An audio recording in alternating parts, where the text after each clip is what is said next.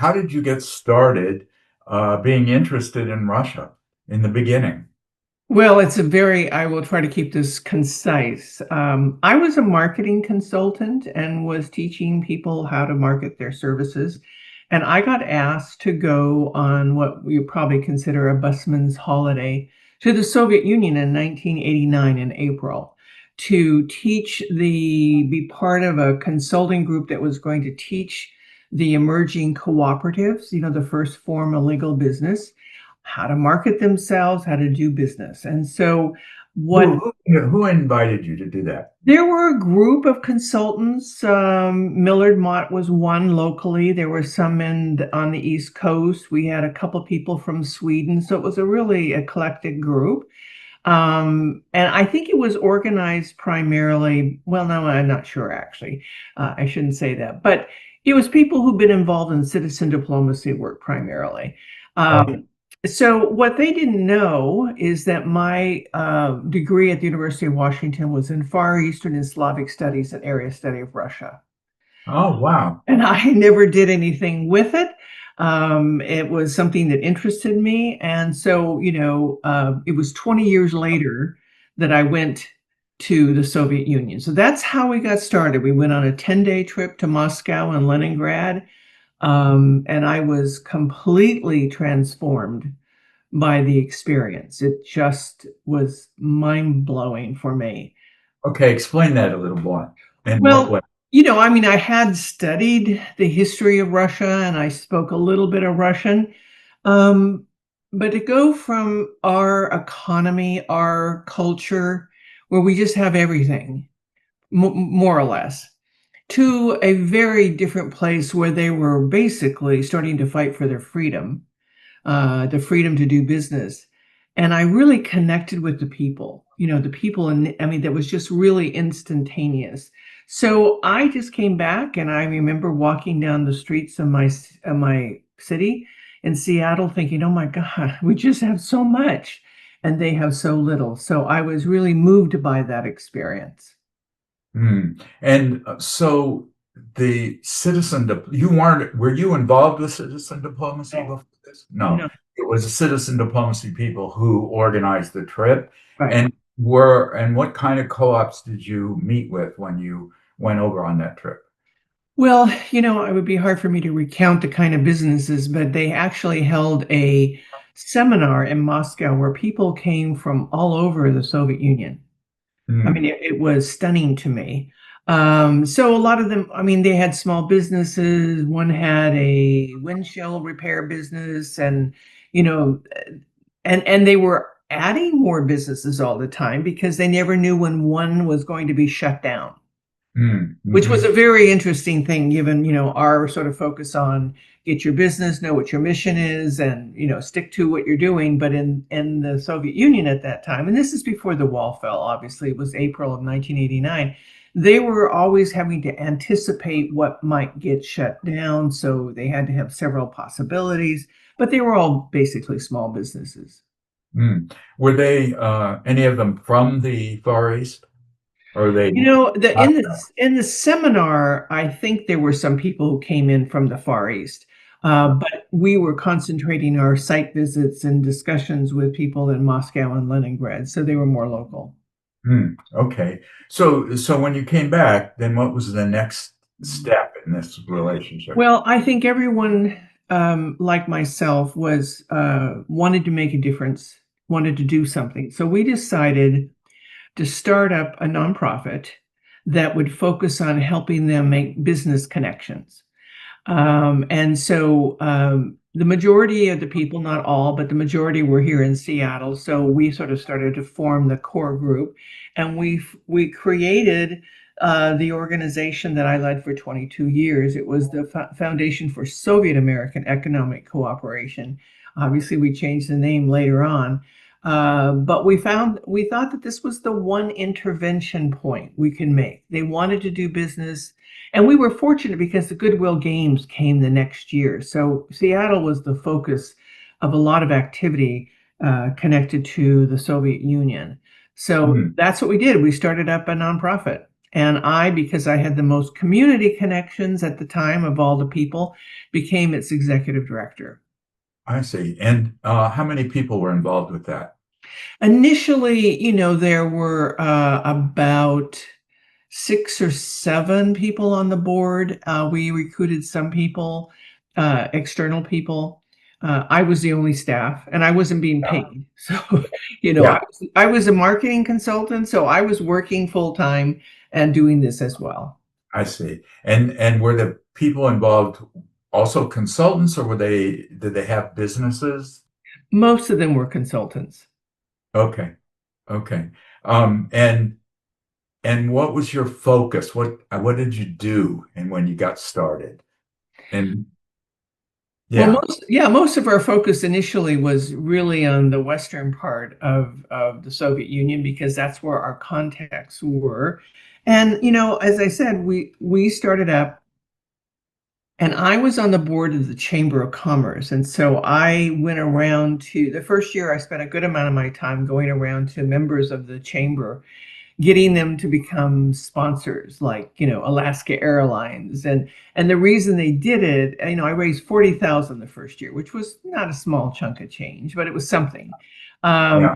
And we were doing things like producing newsletters, speakers if we had an opportunity. And then, as I said, the Goodwill Games came, and we were involved in a couple of a business roundtable, and we were also involved in what was a U.S. West Coast Russian Far East effort as part of the Goodwill Games. So that gave us another level of contact. So we were basically just trying to be informative about opportunities and Mhm. spread the word. Right. And so you weren't particularly focused on the Russian Far East at that time.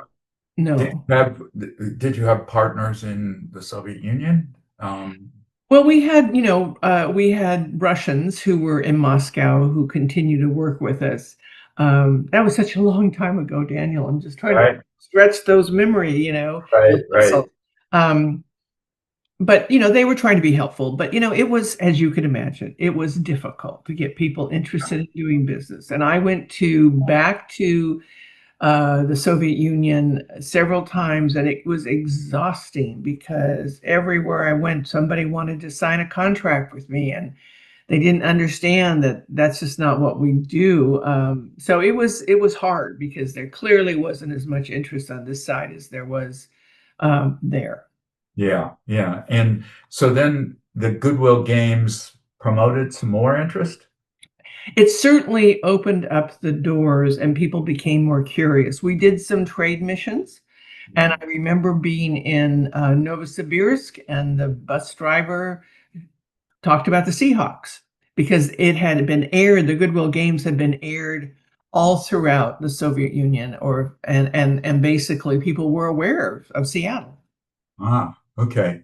Okay. And what about the Marine Resources Yes. Company? Were they involved with you at this point, or were you in? They did eventually become involved, and the founder of the company, Jim Talbot, actually came on my board. Uh, Uh-huh. yes, and Tony much later, but initially Jim Talbot. It took a while to convince him and a few others, but they finally said okay.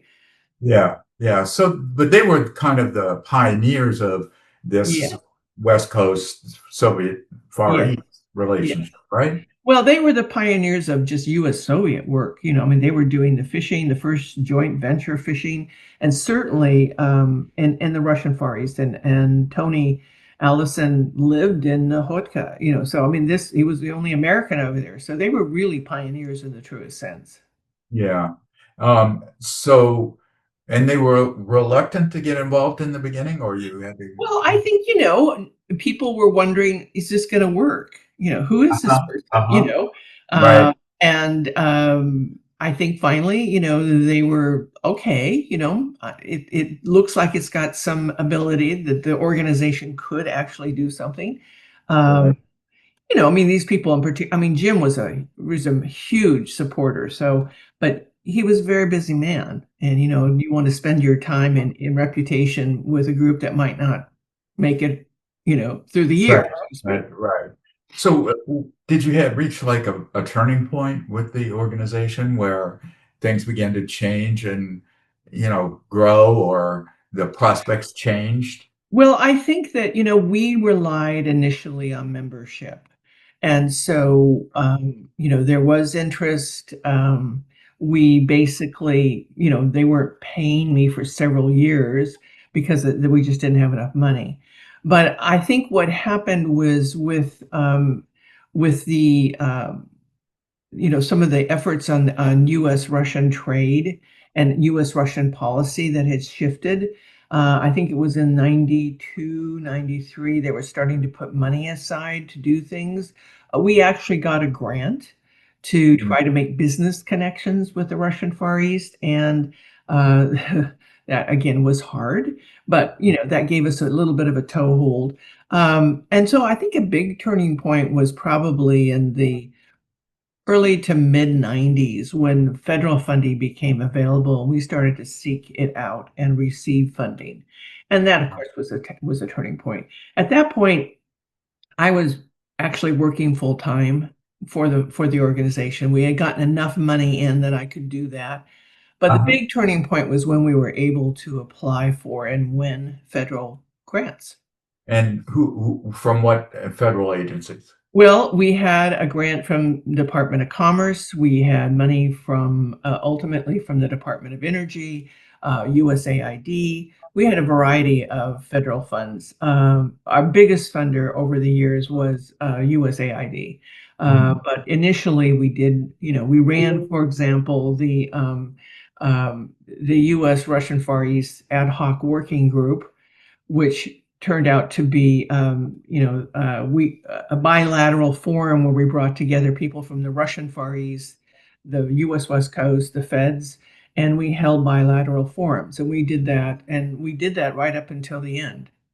So, mm, so that was a huge, and that was a huge success. And also, we had federal money for that yeah. So, how often did you hold those events? annually. Annually. We Okay. would one in the Russian Far East, one in on the West Coast. Right. And so there were business people from both sides who would attend this. Yes. Yeah. Did just out of curiosity, did you think there were business deals that were done as a result of this? I think so. I think so. There were enough at that point. There was a lot more interest in the Russian Far East, and we had members like Fesco that were involved, and the That's the oil shipping company, company out of shipping company, and then also the oil companies were supporters. Exxon, and things were happening. And of course, by then, also in the mid 90s, we actually got a grant to open up an American Business Center on Sakhalin Island. Okay. And so we ran that for many years. And that was a big help for both, I mean, we had an American running the center and was helping to help businesses all over the West Coast, or frankly, anywhere they came in, they would come to our center. Mm. And that And was funded through the Department of Commerce. I see. And what did the business center do? What did it do? Basically, it was we had office space, so people could come in and use it if they were traveling. Mostly, though, it was connection making, giving people opportunities. If they come in and they're trying to make a connection with a business or if there's someone in the government, and we facilitated that. I think we were often seen as a quasi U.S. government where we're not. But Uh-huh. from the standpoint of the Sakhalin people, they saw us as the face, and we would also host our U.S. government consulate and embassy people. We also had Bill Richardson there once. And so we were very involved in the business activities on Sakhalin Island. Hmm.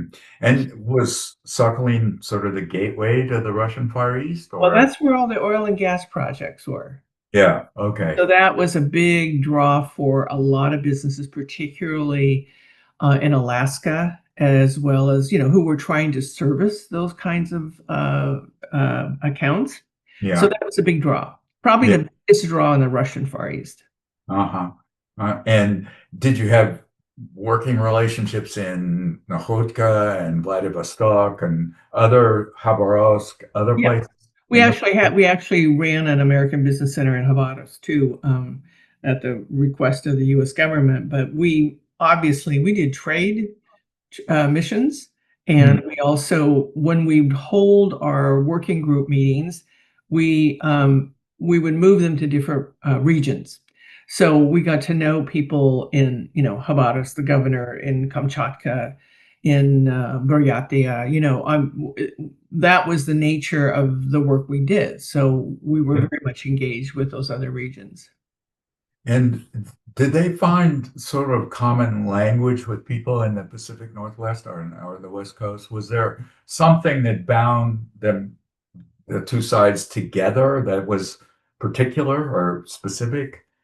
Uh, yes. Well, first of all, we share an ocean.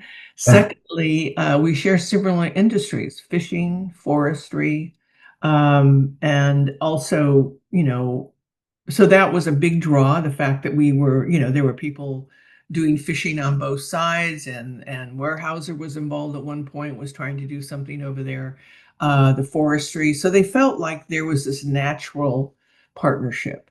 And actually, I think, there were attempts made, I understood anyway, to try to create other kind of partnerships throughout Russia with other parts of the United States. And I'm not sure how successful that was, because ours was sort of an obvious one, just because of the physicality and also the industry, resource-based industries. Yeah, yeah. So then you must have developed like a lot of working relationships in Russia itself, in the Russian Far East. What were the good ones? Who did you enjoy working with in as part of that? Well, we work with a lot of people. First of all, I would say that at that point, I had several managers, so I wasn't doing it all myself. So I had Yeah. people who were out doing that. Um, Interestingly, one of the things that was both the most challenging and the most rewarding thing we did is working with Russian customs. We actually worked on an initiative that was created out of the working group meeting on custom clearing. And a project named ClearPack was developed, and it was a way to expedite the cargo. Before that time when ships, they wouldn't even begin processing the cargo until the ship came to port. And so we were working on electronic information sharing and reducing the number of fields. And it was a very challenging process, but it did work. It did happen. It took years. Uh, Wow. but we made some very close friends. The head of the Russian customs and the Russian Far East became a good friend. And there were a lot of businesses that were helped by that. I mean, they were mystified as to why we cared about that. Who cares? It's like, well, we kept trying to explain, if we can get our goods into port faster, it means, it helps our businesses, our producers. Um, so that was a long And project, it but was and it was implemented. it was implemented. Yes. Is it still operating? Do you I know? really don't know. It's been too Okay. long. I mean, Yeah. I work with Russia, stopped in 2011, so I have Right. absolutely no idea. But at the time, I actually went to Moscow and signed some documents with the head of Russian customs. So at some point, it was working. Now, what they're doing now, I really don't know. Yeah. Yeah. Well, obviously all the conditions are different, but Yeah. um, but so I lost my train. I wanted to ask you something about this. Um,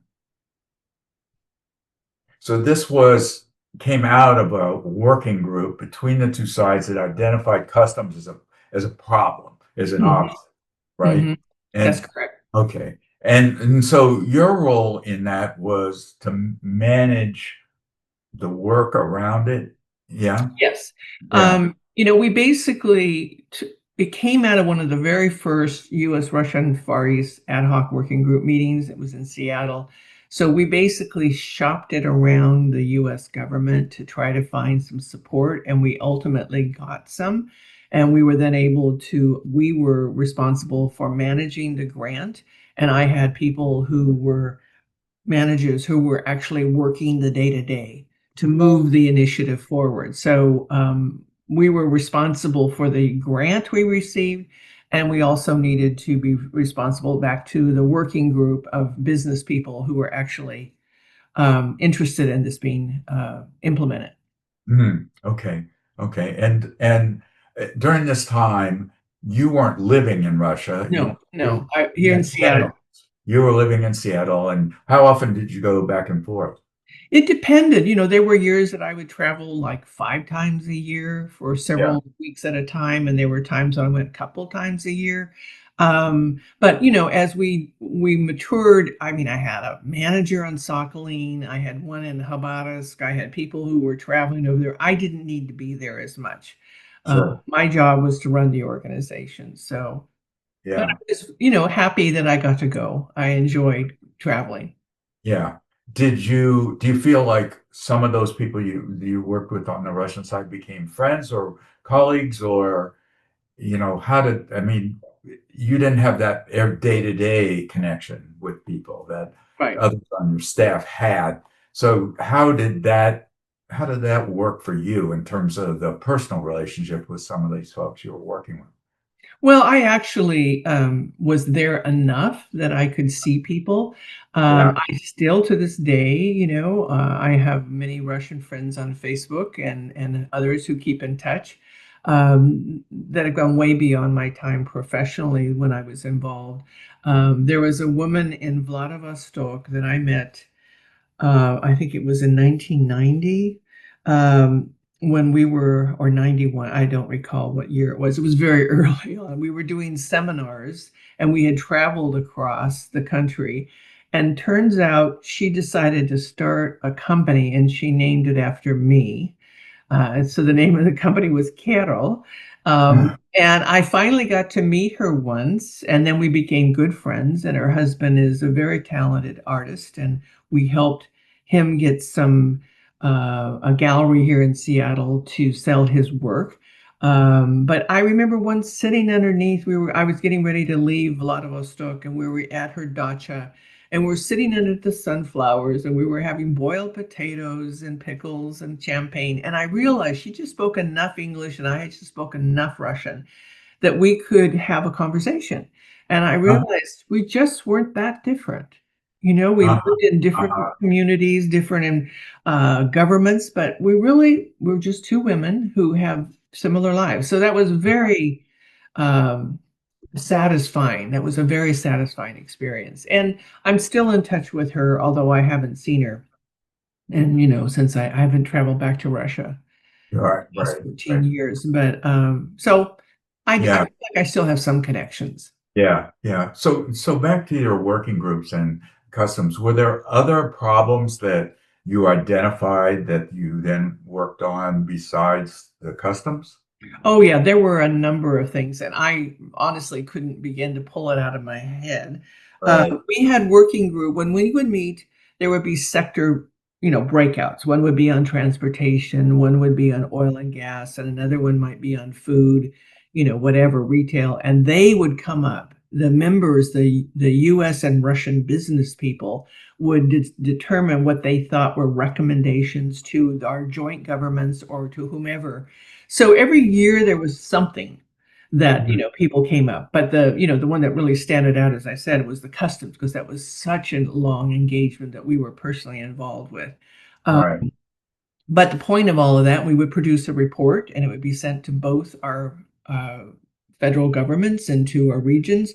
And depends on who the target was. And I think there were things that changed as a result of that. Hmm.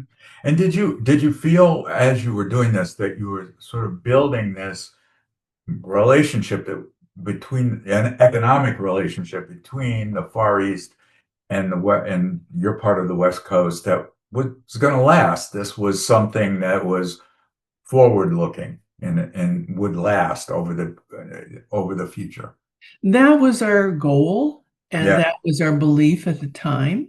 Hmm. And even post when I closed my organization, the working group, it's the Russian American Pacific Partnership. We renamed it because the U.S. West Coast Russian Far East Ad Hoc Working Group was really just too cumbersome. But Right. the RAP, the Russian American Pacific Partnership, continue to operate with one of my former managers who ran that program.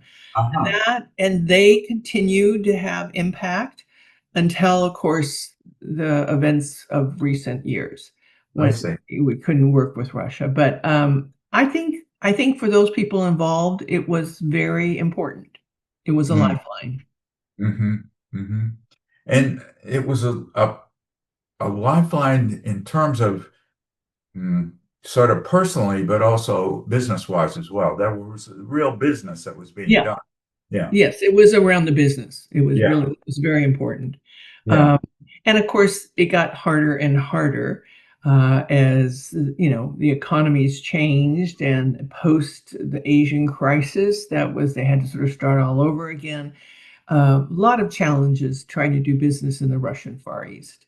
Yeah. Um, And do you think there was significant regional aspects of this as opposed to just being the dealing with Russia as a whole, or the kinds of things people encountered in European Russia? What was different about the Russian Far East?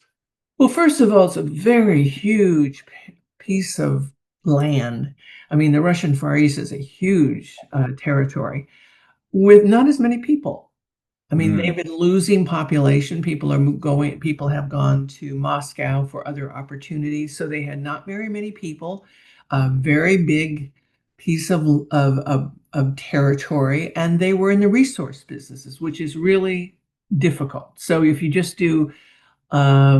you're in the lumber and you're just cutting timber versus doing manufacturing. So getting the manufacturing sites up was difficult. I also think they're a long way from Moscow.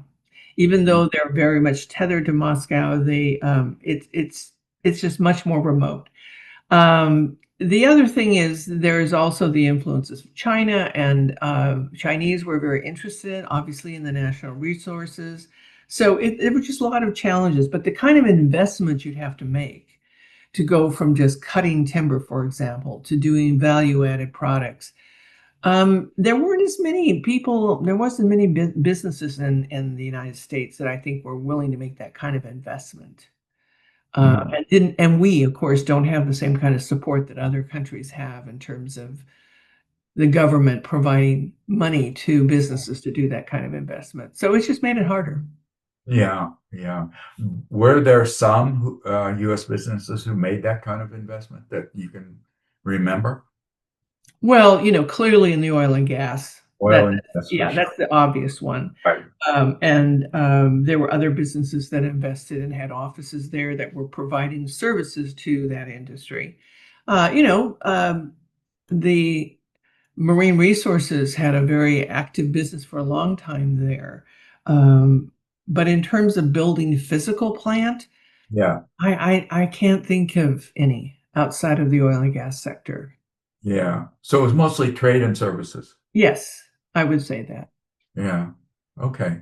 Um, so were there equipment suppliers like Caterpillar Yes, and absolutely. Yeah. oil field services companies that were Yes. involved, and they participated in your organization in these meetings? Yeah, they did. And actually the largest Caterpillar, I'm blanking on his name, but he had all of the business in the Russian Far East, was a very active member of our forum. He was from Atlanta, but their interests were in the Russian Far East. So it wasn't just Northwest businesses. It was anybody who, as it continued, was anybody who was interested in the Russian Far East got engaged with us.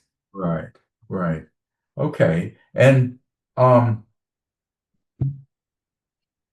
as you began this process, obviously there were cultural differences, lots of them. And Yes. um, what kinds of cultural business differences did you notice most, both in terms of business and in the way of relating around business? You know,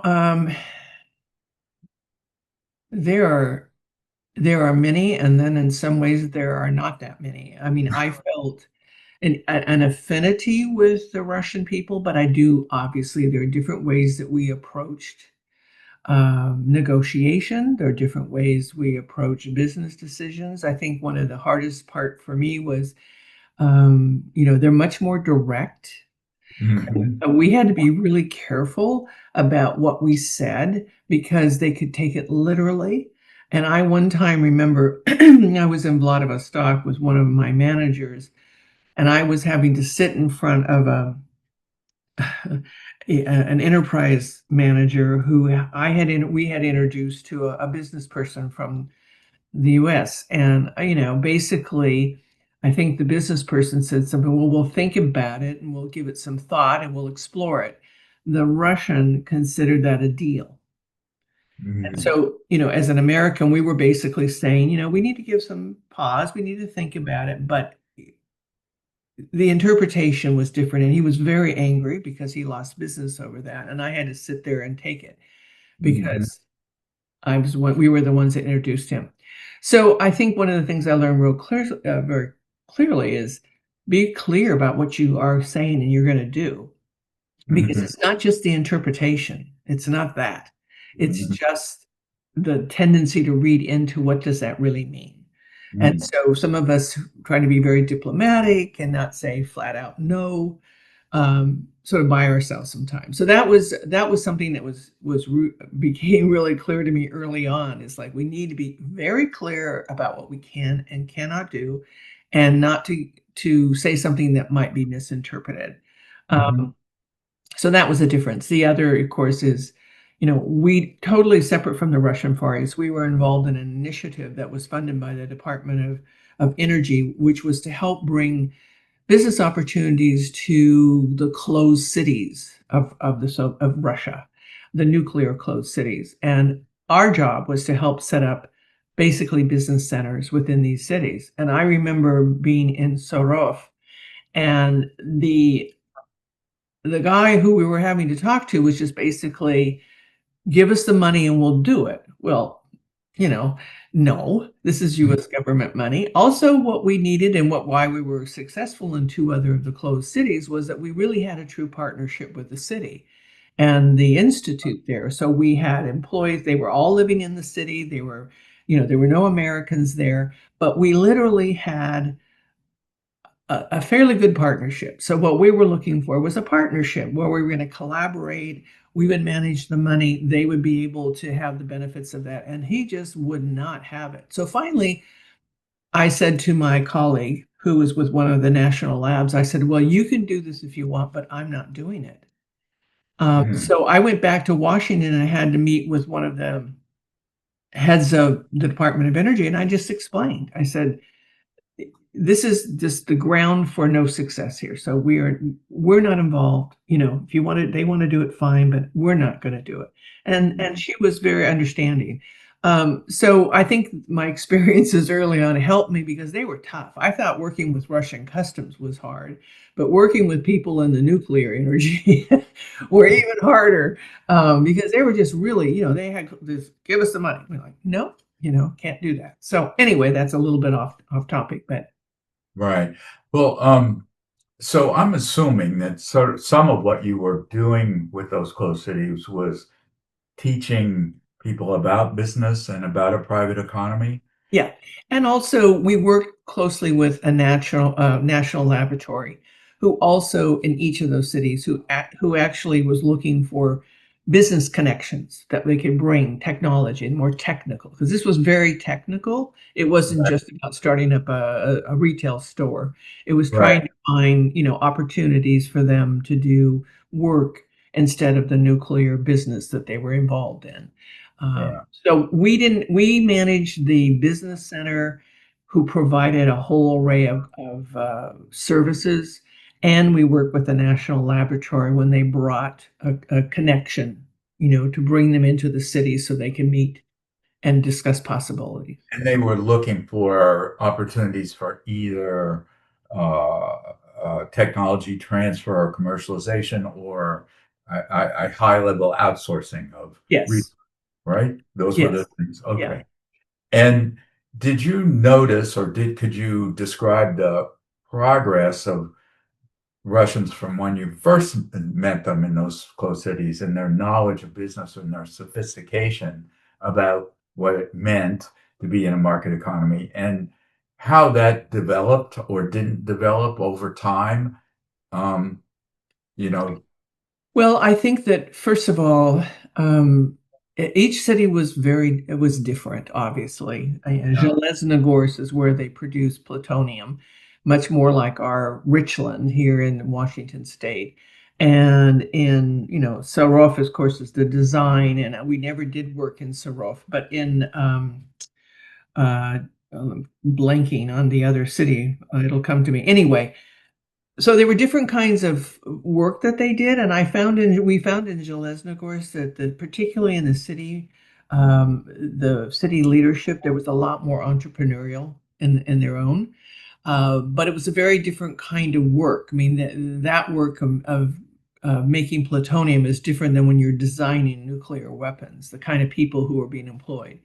Um, but what I do think is it made a difference for the people in that city. I think what we learned very clearly too, it's very hard to bring in international companies to Russia and to work in the nuclear cities. We found, I think the national laboratories found that it was better to actually go look for Russian resources, people, Russian businesses already in Russia who would be interested in working directly for the commercialization or the tech transfer. I think that strategy worked better than trying to bring in US or European firms because there were so many barriers. uh-huh, uh-huh, huh. But I Interesting, think, it made a difference. right, And I think I don't know if those centers are still operating, but they were important to the region, to the cities. right. So were these an effort to find to keep these scientists from going and taking their science to Iran or North Korea or something it Yes, was to find them a way forward in this new economy. Is that correct? exactly. That is correct. Okay. And that was more or less successful in doing that? I think more, but it wasn't easy. I mean, it depended on the city. And Yeah. the more likely that the workers would be scientists, the harder it was, because Mm, obviously they wanted jobs that were of their using their intellect. Uh, right. and so I think it was worth the investment the Department of Energy made. I think we made a difference, whether or not it truly transformed their cities into different kind of economies or different kind of commercial. I don't know that yet. I mean, it's been too long. I just don't know. Yeah. Yeah. Yeah. But that was the intent. Yes, that was the intent. Okay. Okay. And do you think that any of these scientists sort of became entrepreneurs? I think there were um, not as many as you would probably want, but Yeah. Yeah. But some did. yeah, yeah, Okay. And did they travel? Did the Department of Energy or your program bring them to the US? Did they travel? And okay. So yeah, the idea was to broaden their horizons. right. Yeah. Okay. Okay. Um, hmm. And what were there other programs uh, similar so that you administered not through maybe not through Department of Energy or through other agencies? One of our major programs that we ran for 6 years was a U.S. West Coast partnership program that was funded by USAID. And basically, we were providing grants to nonprofits in the US and in the Russian Far East to mini grants, 50,000 to 100, which is actually a lot of money. But, from USAID's point of view, they couldn't administer those small amount of grants. So Right. we were funding partnerships between organizations. Like there was a group in California that worked with the Vladivostok uh, uh, ambulance service to expedite their time to get to an emergency, as well as having some defibrillators on board, and they brought equipment over. Very successful, saved lives. We had a group in Seattle that partnered with an orphanages in the Russian Far East to help them bring learning skills. You know, in other words, most kids, when they were coming out of the orphanages, they had no life skills. They didn't know how to do anything. And so they brought a program that was very successful in the States to the orphanages where these young people were learning life skills and actually had some of the orphans actually went on to college, which at that point was not heard of. We had a group from Alaska who partnered with folks in the Russian Far East, bringing basically, what's the word I'm looking for? They brought health clinics to remote areas so they could actually, check blood pressure and do provide services. And that was highly successful. So there were a number of things like that that probably were not around business at all. It was completely around community. Um, Right. and that was, I think, a really rewarding experience to see the differences that these partnerships, and if you give them some money and they'll work together to make it happen. So there were many stories like that that I found quite satisfying, and was we were very happy to be part of that. Yeah. So you were it was part of a transforming or creating civil society Yes. with services sort of outside of government or that government hadn't done very well. Is Yes. that fair? Yeah, I think that's fair. And I remember once talking to one of my business members on my organization, and I when we were starting to get involved on the community side, and I Mm. was wondering if that was going to stray us away from our mission. And he said, if you can make the quality of life for my business partner's family better, then you're helping me do business. Mm. Hmm. And I said, okay. So that is why we actually went from just being focused on business to being focused on business and community, because we Uh, felt like we could also support, like he said, make his business partners' families' lives better. right, right. And were these your initiatives or was it also the direction that federal government funding was going in and they were looking for partners to do these things? Well, in the case of USAID, it was their initiative to promote putting out a proposal that we applied for. But I will say that one of the reasons why the U.S. government spent so much attention on the Russian Far East was that Senator um, from Alaska, all of a sudden I blanked his name, was very involved, and he earmarked that they had to spend at least $15 million a year in the Russian Far East. Uh-huh. And so that helped us a lot because the US government had to spend money in the Russian Far East. It forced them to do that. Right. Um, and so that helped us in terms everyone, actually, not just us, but a lot of people, because then early on in the early days, as you may remember, most of that money went to folks around the Beltway. All of Yeah. the assistance money, whatever it was, and we basically, Senator Murray was a new senator, but she was the head of the sort of the Northwest region of senators, and we actually hosted um, a conference here, and I guess had to force USAID to come out and do a bidding conference, because we were just saying, we have this huge group of folks that could benefit from receiving some of this federal assistance money to do work in the Russian Far East. And so we were very much involved in trying to get DC to pay attention to us. When was that? What years was that? It Roughly. was in the early 90s. Early 90s. Yeah. Yeah, I think Okay. 92, 93. Okay. So USAID was really just getting on its feet then at that point, right? I mean, Probably. I mean, they were obviously providing assistance, but again, it right. was for big, big, big projects and for folks in the DC area. Yeah, yeah, yeah. So you were shifting some of that funding and attention towards the Far East Yes. and the West Coast. Did Yes.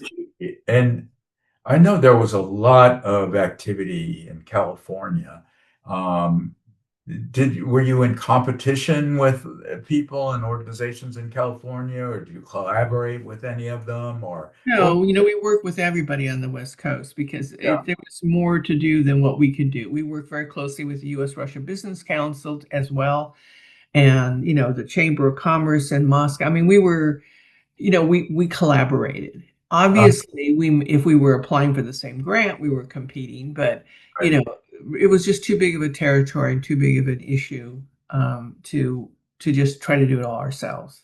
Yeah, yeah. Okay, okay. And was Seattle a sister city of any?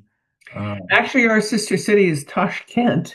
oh, But we okay. had, Tacoma had a sister port relationship with Vladivostok, and there were others that had different relationships. Um, that was certainly helpful, but Yeah, we didn't have a formal sister city relationship in our right, city. right, right. I know. I think it was San Diego had the sister city relationship with Vladivostok, right? Yes.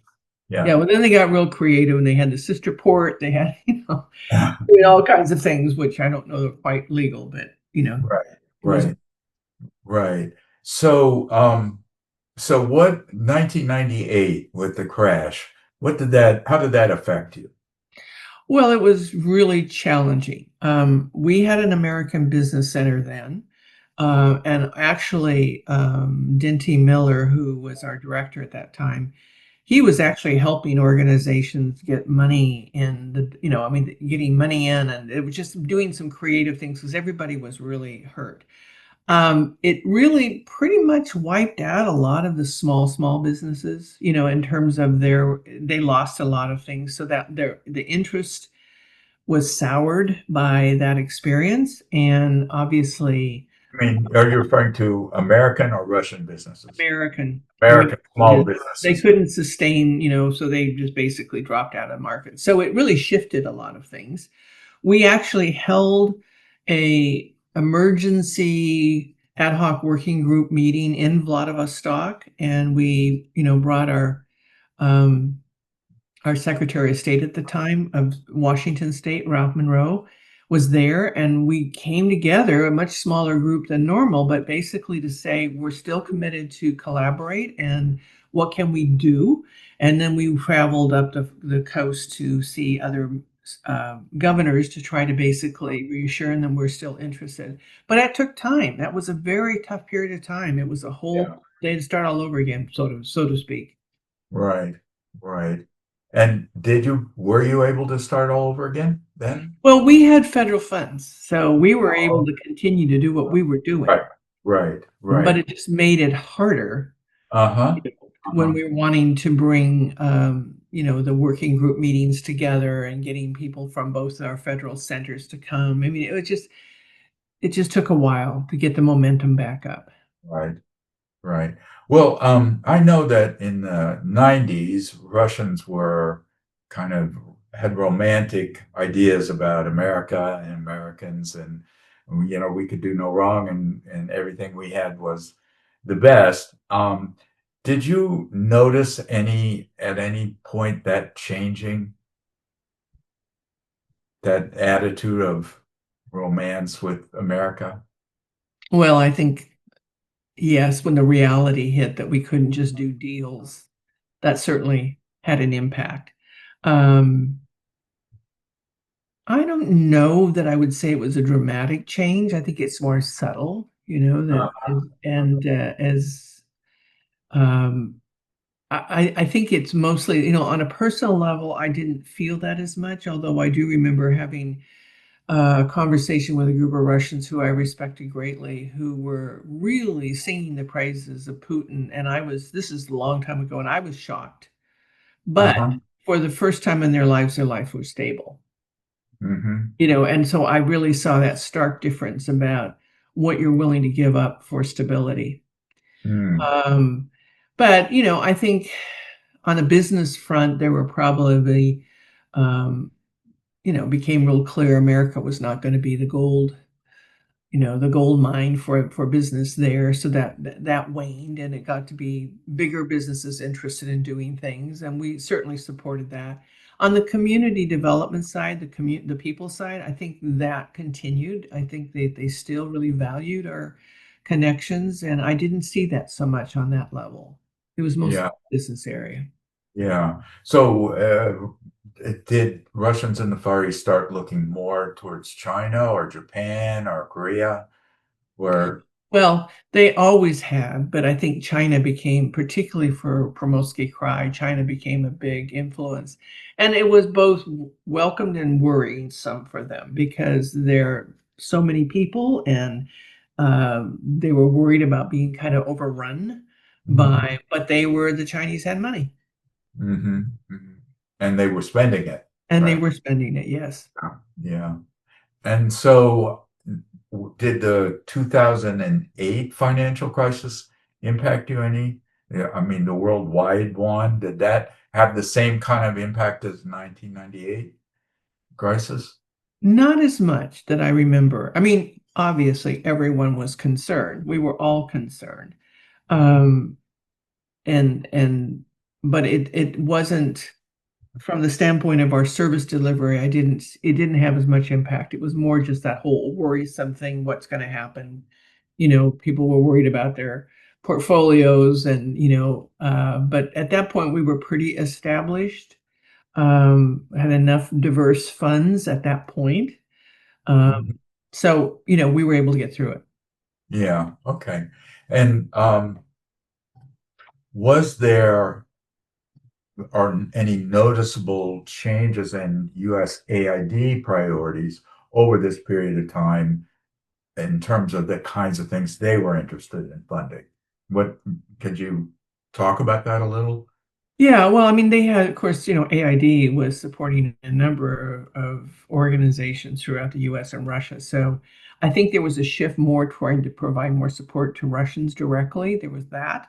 I think there were some areas that they felt like, I think they felt like they couldn't get involved as much with, in because of political issues or how, and USAID and Russia, particularly later on, had a real fraught relationship. And so they were much more careful about what they funded.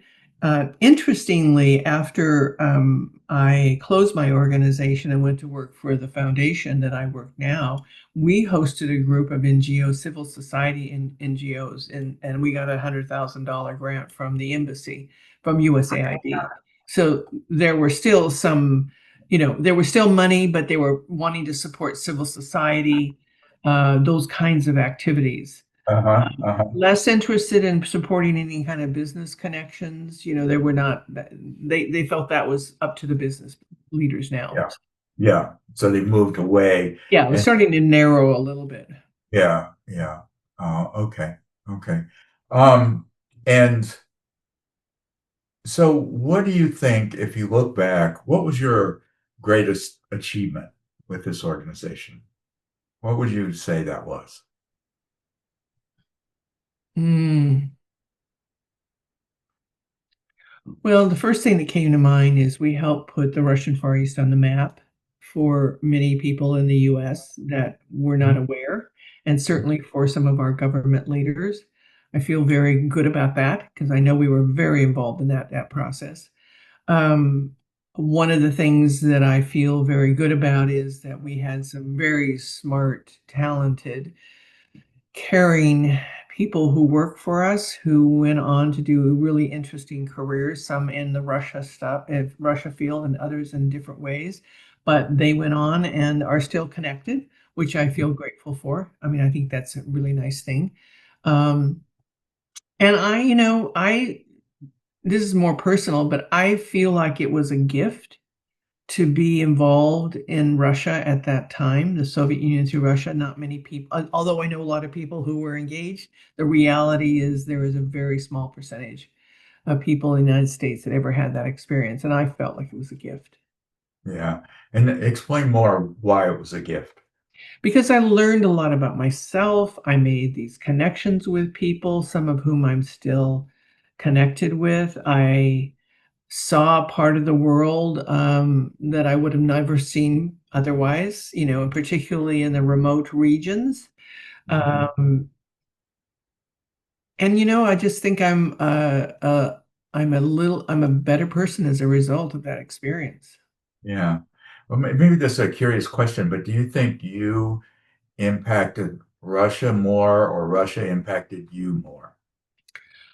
Whoa, well, I would be really it would be really bold of me to say that. Yeah, It's like, I guess that's a crazy question. I mean, not to think a person or an organization changed a country, but there were, in a sense, when many Americans went there, it was to change the country.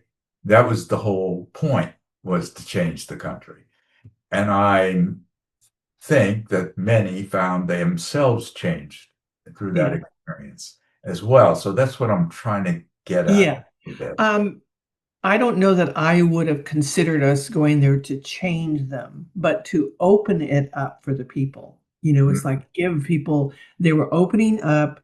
The people were eager to have connections, to learn, to do business, and we were there to help make that possible. We could be a bridge for that. But I do think in the long term, it had more of an impact on me than I probably had on them. mhm. I mean, there are people who might say that a little differently, but um, you know, I think I have to be humble about that. I think I'm the one that probably got the most out of it. Yeah, yeah. And I think probably like most of us at that time, we thought these changes were permanent, that this integration of Russia into the world and the world economy was a permanent change. And was there, at what point did you begin to question that assumption that it was permanent? Well, I think, well, first of all, I don't know that I would say that I thought it was going to be permanent because Okay. every time it was changing. But what I was hopeful for is it was evolving and it would evolve into a more open society. And I had a lot of hopes with Medvedev that we might be able to do that. But I will recall that, in the whole time that I worked with the Soviet Union and Russia, it never was easy. Even when we were doing things that were the right thing to do and people wanted to do it, it was hard. There's just everything about it was hard. The bureaucracies, I mean, they're just many, but we just kept going because we believed we can make a difference. But I can say in the last few years, probably 2010, 2011, it became clearer to me that people were starting to get nervous. Like I had an initiative that I was talking with um, a major company, I won't mention which company, about and doing, it had to do with civil society and electronic voting. There were some things that we were involved in. And the people on the US side for the company were like, yes, let's do this. We had all kinds of support from the federal government. But when I got into Russia and started talking to people in the Moscow offices, they were like, they just kept pulling back. And I couldn't figure out, and this kept happening. So I realized there was a lot more reticence. If you're living in country, there was, the worry about the Russian government and how Mhm. they perceive it and how that would impact their business. So even though this was something that the Russians wanted, and we saw the value, we do it in our own cities, around electoral things, the the tech partners were like, So I started thinking, this is, it seemed like every time I turned around, it was like, yay, we got a great project. And it was like, no. And yay, Uh, no. So it's like, what's happening here? So I started to be discouraged. I don't think I was able to say, oh, it's ending. mhm. But I could see that it just wasn't going to be that easy to do Yeah. things that we thought were good, that other people thought was good outside of Russia. So Mhm. clearly the climate had changed, and Mhm. that was pretty obvious. Right. Right. So by 2011, you decided that this was not going to go forward. Is No. that, yeah. And there was also indicators from USAID. They kept postponing giving an award for something that we had applied for. So it was like we were pushing that rock up the hill and it kept rolling back. And so my board and I decided, it was very hard, but we decided to close the organization. And I was both sad because I founded it, but I was also relieved because it was just so hard. And Mm. then I'll never forget, it was September 2011. I was in a photography workshop on Mount Rainier and I had no access. We didn't get any cell coverage or whatever. And it wasn't until I was driving down the mountain that I heard that Putin was running for president. And I won't tell you what I said, but I just said, I'm done. I'm done. I mean, we had decided at that point to close. So it wasn't like, Right, but it was like, okay. And one of my friends said to me, "You're so naive. You thought," I said, "I really was hopeful that Medvedev was going to be the future, the young future." And clearly I was more optimistic than the situation warranted. right, right. Well, so taking account of all these things, do you think there are aspects of what you did that remain in terms of structures, ways of doing things? In I don't know what else, right? That there were um, consequences of what you did as an organization that continue regardless of the organization being there or not. Well, it's kind of hard to know since I haven't been back in 14 years. But what I would guess from what I know, what little I do know, is I think there are connections that are still there that people are still following through with. Um, I think there are people who were positively impacted by the programs we offered, and that's still part of them. Um, there are some who are still doing business with each other, and that's good. I hope we had some impact that's continuing. But I do know, even from the group we brought over in, I think it was 2012, through the foundation, is that we're still in contact with some of those NGO leaders and they're still working and they still have contacts that they made here. So um, I hope, I hope that that's had impact. Right. Do you think that your contact with those NGOs has helped change the way they operate and see themselves or Well, I'll tell you that, frankly, I have a great deal of respect for Russian NGOs. It is really hard to do the work that they do, whether it's in civil society or some other area. And so I think they're far more capable in helping themselves than what we bring to bear. I think what we brought to bear often were some other contacts, some other ways of thinking of things, looking at things, and how they could modify that for their own use. Um, but what particularly when we brought the NGO group over in 2012, it was like, whoa, these people are on the front lines. These are really courageous people. Mm. And they just sometimes need a respite, where they had a chance to come to DC. They also, um, they were willing to brave possible consequences to come and learn. So I respect that a lot. Yeah, yeah, good, good. Are there things that you wanted to include in this interview that we haven't touched on? Um, Oh boy. I don't know. I'm not sure.